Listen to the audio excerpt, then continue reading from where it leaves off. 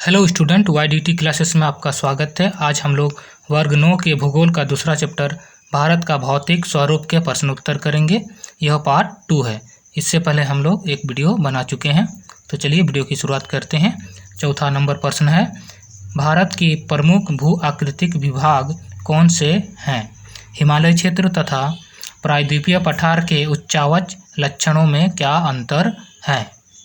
तो इसका उत्तर होगा, भारत के प्रमुख भू आकृतिक विभाग निम्न हैं, जिसमें पहला है हिमालय पर्वत श्रृंखला, दूसरा है उत्तरी मैदान, तीसरा है प्रायद्वीपीय पठार, चौथा है भारतीय मरुस्थल और पांचवा है द्वीप समूह। ठीक है। हिमालय क्षेत्र तथा प्रायद्वीपीय पठार के उच्चावच लक्षणों में अंतर निम्न है, जिसमें हम लोग का लेफ्ट साइड है हिमालय क्षेत्र और राइट साइड प्रायद्वीपीय पठार। तो हिमालय क्षेत्र का पहला पॉइंट हम लोग देखते हैं, हिमालय क्षेत्र हाल ही में बनी स्थलाकृतियां हैं। तो जो हिमालय क्षेत्र है वो हाल ही में बनी स्थलाकृतियां हैं। प्रायद्वीपीय पठार का पहला पॉइंट हम लोग देखते हैं, प्रायद्वीपीय पठार पृथ्वी की सतह का प्राचीनतम भाग है। और ये जो प्रायद्वीपीय पठार है यह पृथ्वी की सतह का प्राचीनतम भाग है, पुराना भाग है। ठीक है। अगला हम लोग देखते हैं हिमालय क्षेत्र का दूसरा पॉइंट, यह क्षेत्र जलोढ़ निक्षेपों से बना है। और यह जो क्षेत्र है यह जलोढ़ निक्षेपों से बना है। दूसरा पॉइंट देखते हैं हम लोग प्रायद्वीपीय पठार का, यह आग्नेय तथा रूपांतरित शैलों से बना है। और ये जो प्रायद्वीपीय पठार है यह आग्नेय तथा रूपांतरित शैलों से बना है। अगला देखते हैं हम लोग तीसरा पॉइंट हिमालय क्षेत्र का, इस क्षेत्र में ऊंचे शिखर तथा गहरी घाटियां हैं। और ये जो हिमालय क्षेत्र है इस क्षेत्र में ऊंचे शिखर तथा गहरी घाटियां हैं। प्रायद्वीपीय पठार का हम लोग तीसरा पॉइंट देखते हैं, इस क्षेत्र में कम ऊंची पहाड़ियां तथा चौड़ी और छिछली घाटियां हैं। और जो प्रायद्वीपीय पठार का क्षेत्र है यहाँ पर बहुत कम ऊंची पहाड़ियां हैं और चौड़ी और छिछली घाटियां हैं, मतलब गहरी घाटी नहीं है। ठीक है। चौथा पॉइंट हम लोग देखते हैं हिमालय क्षेत्र का, यहाँ की नदियाँ तेज बहती है।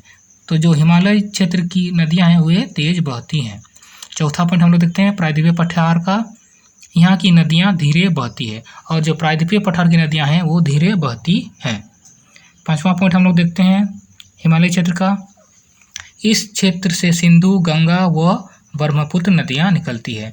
और ये जो हिमालय क्षेत्र है इस क्षेत्र से सिंधु, गंगा व ब्रह्मपुत्र नदियाँ निकलती है। प्रायद्वीपीय पठार का हम लोग पांचवा पॉइंट देखते हैं, इस क्षेत्र में नर्मदा व ताप्ती नदियाँ बहती हैं।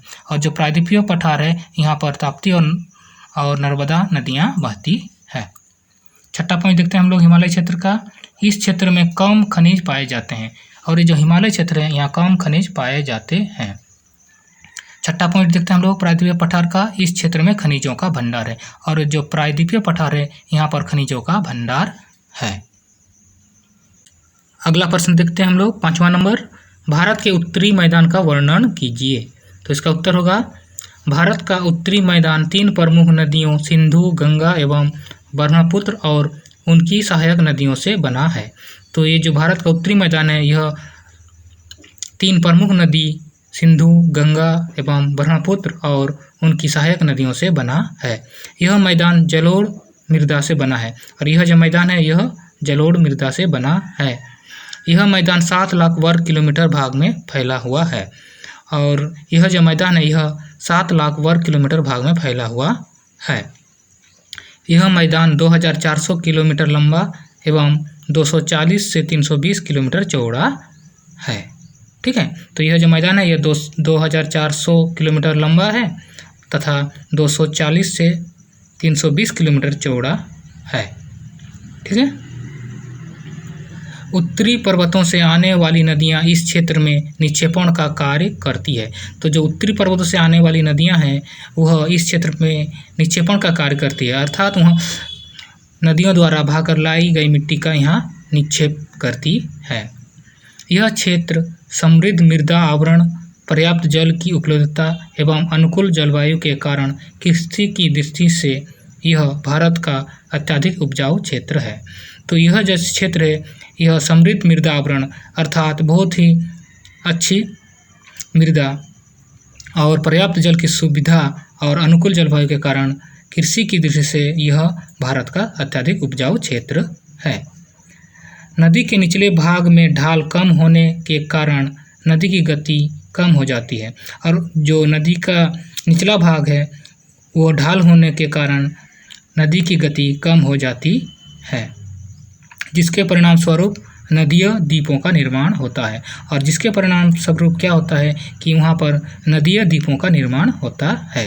यहाँ की जनसंख्या घनत्व बहुत अधिक है, और यह जो क्षेत्र है यहाँ का जनसंख्या घनत्व बहुत अधिक है। उत्तरी मैदान के पश्चिमी भाग को पंजाब कहा जाता है। तो जो उत्तरी मैदान का पश्चिमी भाग है उसे पंजाब कहा जाता है।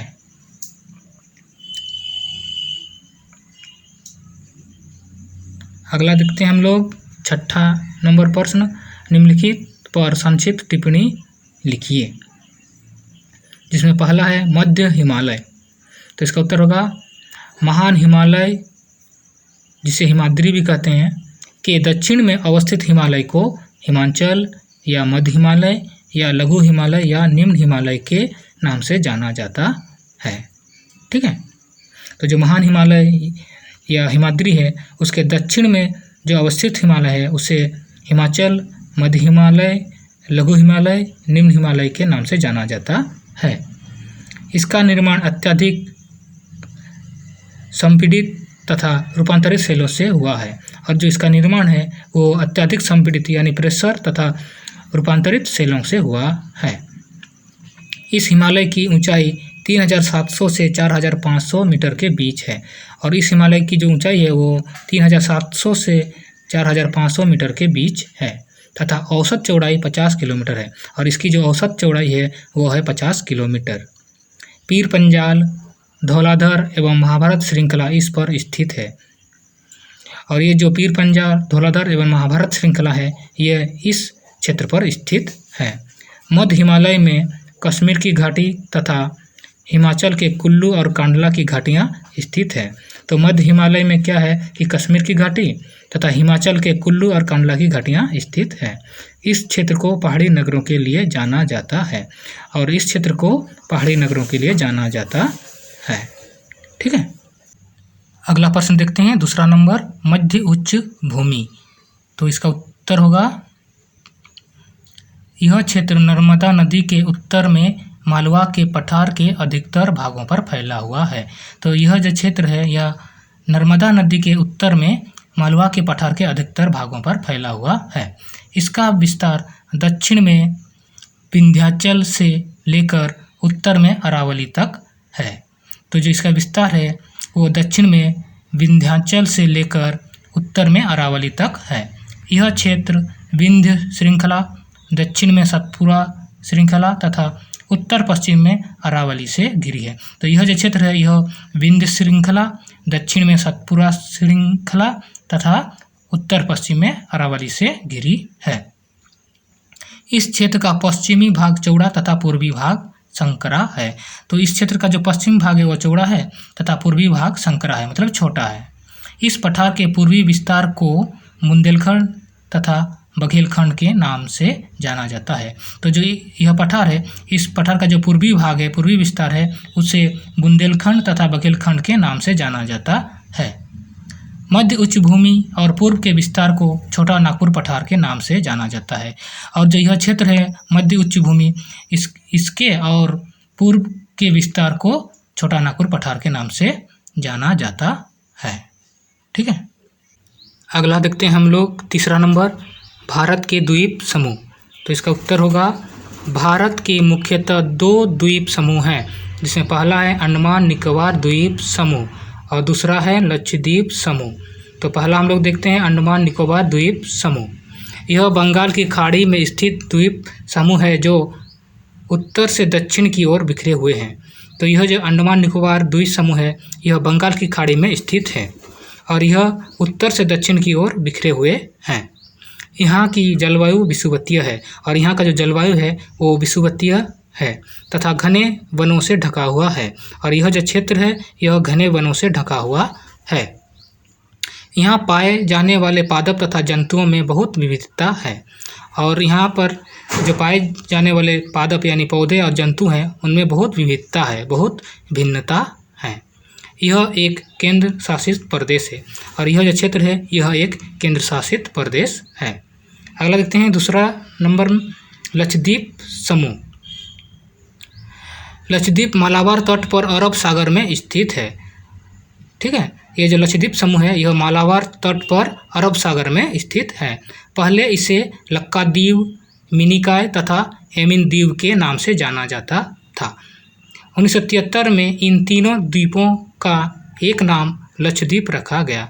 तो क्या हुआ कि पहले लक्षद्वीप को इन 3 द्वीपों के नाम से जाना जाता था, लक्काद्वीप, मिनिकॉय तथा एमिन द्वीप, और 1973 में इन तीनों द्वीपों को मिलाकर एक नाम लक्षद्वीप रखा गया। इसका क्षेत्रफल मात्र 32 वर्ग किलोमीटर है और इसका जो क्षेत्रफल है वह मात्र 32 वर्ग किलोमीटर है। यह द्वीप समूह प्रवाल भित्ति से बना है। तो यह जो द्वीप समूह है यह प्रवाल भित्ति से बना है। यह एक केंद्र शासित प्रदेश है और यह जो लक्षद्वीप समूह है यह एक केंद्र शासित प्रदेश है। ठीक है, तो आज हमने वर्ग 9 के भूगोल का दूसरा चैप्टर के प्रश्न उत्तर किए। यह पार्ट 2 था। अगर आपको यह वीडियो अच्छा लगा तो लाइक और शेयर कीजिए, और अगर आप इस चैनल पर नए आए हैं तो इस चैनल को जल्दी से सब्सक्राइब कीजिए। मिलते हैं हम लोग अगले वीडियो पर।